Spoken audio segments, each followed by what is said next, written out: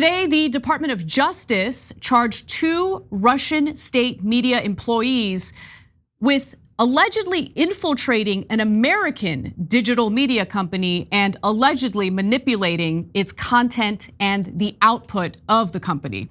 Now, even though the DOJ did not reveal the name of this US-based media company, it is suspected that they're talking about Tenet Media.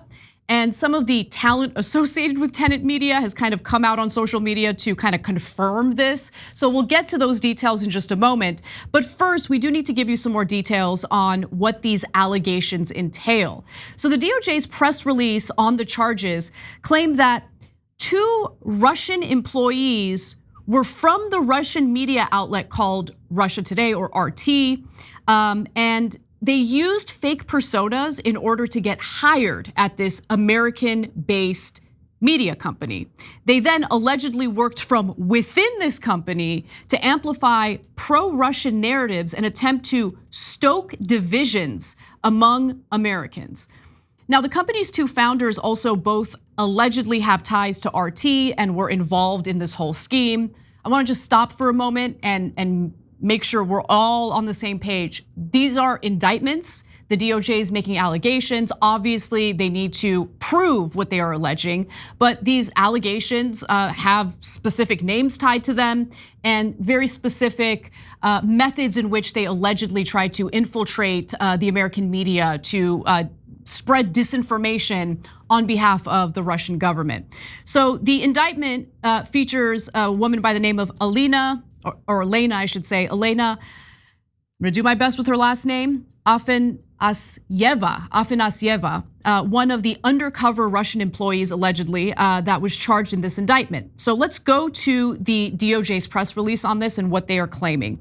So after the March 22nd, 2024 terrorist attack on a music venue in Moscow, she asked one of US Company One's founders to blame Ukraine and the United States for the attack, writing, quote, "I think we can focus on the Ukraine-US angle. The mainstream media spread fake news that ISIS claimed responsibility for the attack, yet ISIS itself never made such statements. All terrorists are now detained while they were heading to the border with Ukraine, which makes it even more suspicious. Why would they want to go to Ukraine to hide?" Now, the terrorist attack that she was referring to was a terrorist attack that was carried out by ISIS. ISIS did take full responsibility for it. So this allegation that they didn't was ridiculous. In fact, CNN, which reported on the story at the time, said that ISIS had claimed responsibility for an attack at a popular concert hall complex near Moscow after assailants stormed the venue with guns and incendiary devices, killing 60 people and injuring 145. The terror group took responsibility for the attack in a short statement published by ISIS-affiliated news agency Amaq on Telegram. Hey, don't scroll away. Come back. Because before the video continues, we just want to urge you to lend your support to TYT. You power our honest reporting. You do it at tyt.com/team, and we love you for it. Now, allegedly, RT also funneled a huge amount of money to this American company. Again, the speculation is that the American company is Tenet Media. And I also should just note that RT obviously is funded by the Russian government. So Russian government funds RT, and according to the DOJ, RT then took a certain sum and then funneled it to Tenet Media.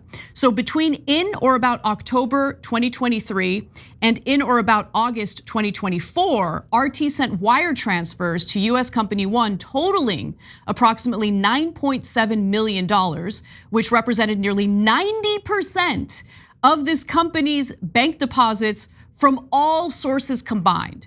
So Tenet Media, according to these allegations by the Department of Justice, was nearly completely funded by the Russian government.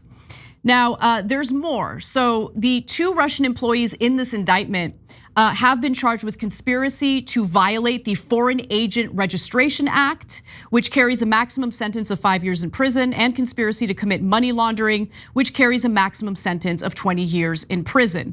So what's different in this allegation compared to Russia-based allegations that we've heard from our government in the past is that this is a lot more specific. It names 2 specific individuals. It talks about how this scheme allegedly worked. It gives you a specific amount of money that the Russian government allegedly funneled to Tenet Media.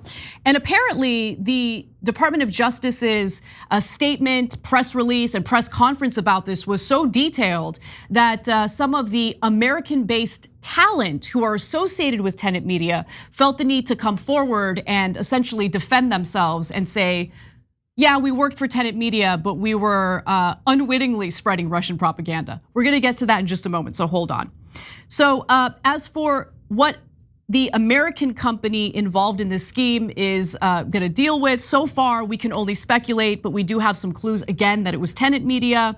And that's because the DOJ press release gave us some clues. We got some hints, right? They said that the company is based in Tennessee. Tenet Media is based in Tennessee.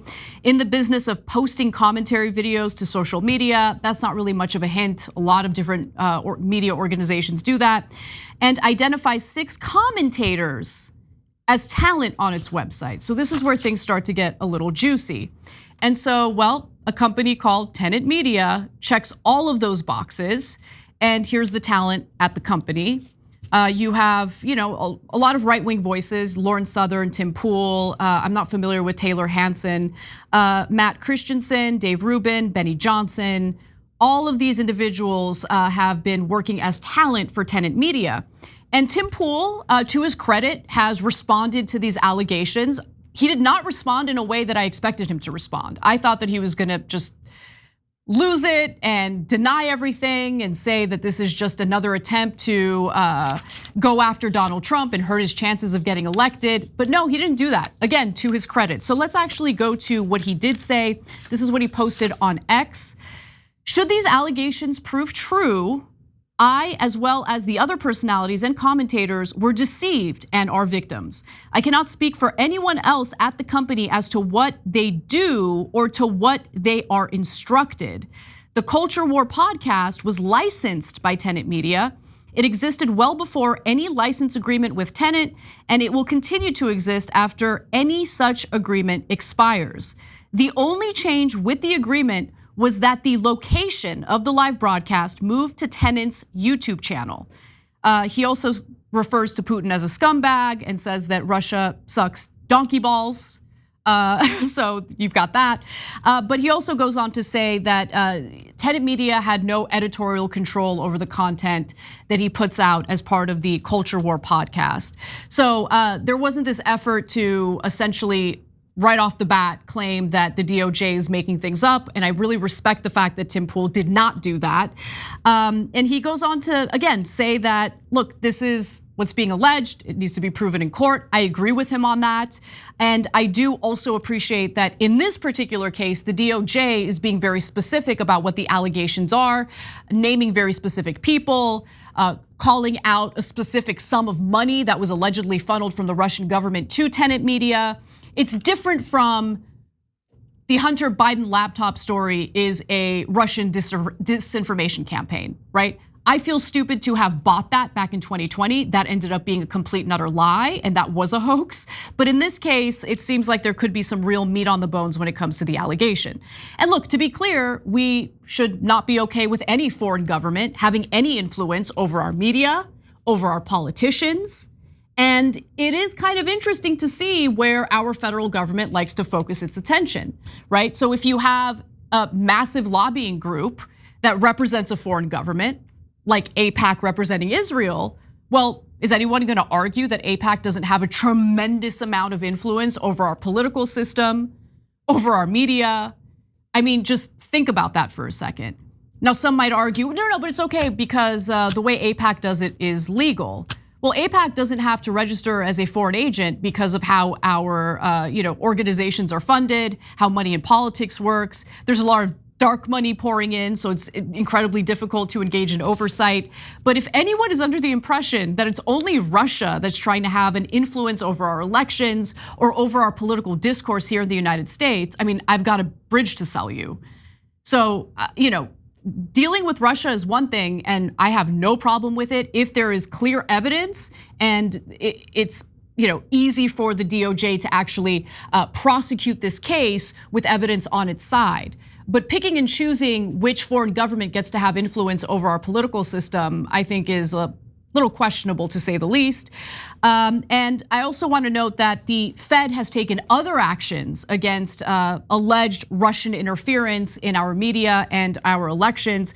According to the New York Times, the Treasury Department has apparently sanctioned Anno Dialogue, a Russian nonprofit that helps run the doppelganger network. So the disinformation network, the feds have dubbed the doppelganger network, as well as the editor-in-chief of RT. Her name is Margarita Simonian, and her deputies. The State Department has also offered $10 million as a reward for any information pertaining to foreign interference in an American election, and sanctioned 5 Russian state-funded news outlets, including RT, Ruptly, and Sputnik.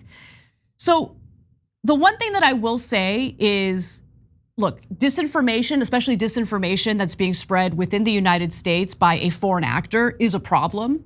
But I also worry about kind of giving the federal government a lot of leeway in going after media organizations that it suspects of having some sort of foreign influence, right? So think about all of the different media organizations that air or operate here in the United States that are funded by a foreign government, right? Al Jazeera is a good example. Al Jazeera does some excellent journalism.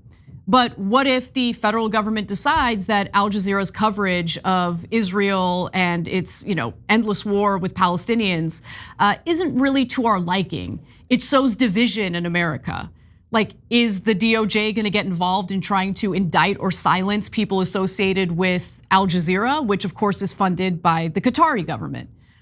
And so there could be a door open here that I feel a little bit uncomfortable with, and I just think that we should proceed with caution and just be a little bit more skeptical of the federal government going after media organizations, and they have to prove their case. And so we'll see what happens with these latest indictments and these latest allegations by the DOJ. I'm curious to see how it plays out. But again, just based on Tim Pool's reaction to it, it seems like there's really some meat on the bones here. And if that's the case, I'm sure the DOJ will move forward with the prosecution, and we'll see how it plays out. If you enjoyed this video, that's because of our members. They make us independent, they make us strong, and they make us honest. Become a member today by hitting the join button below.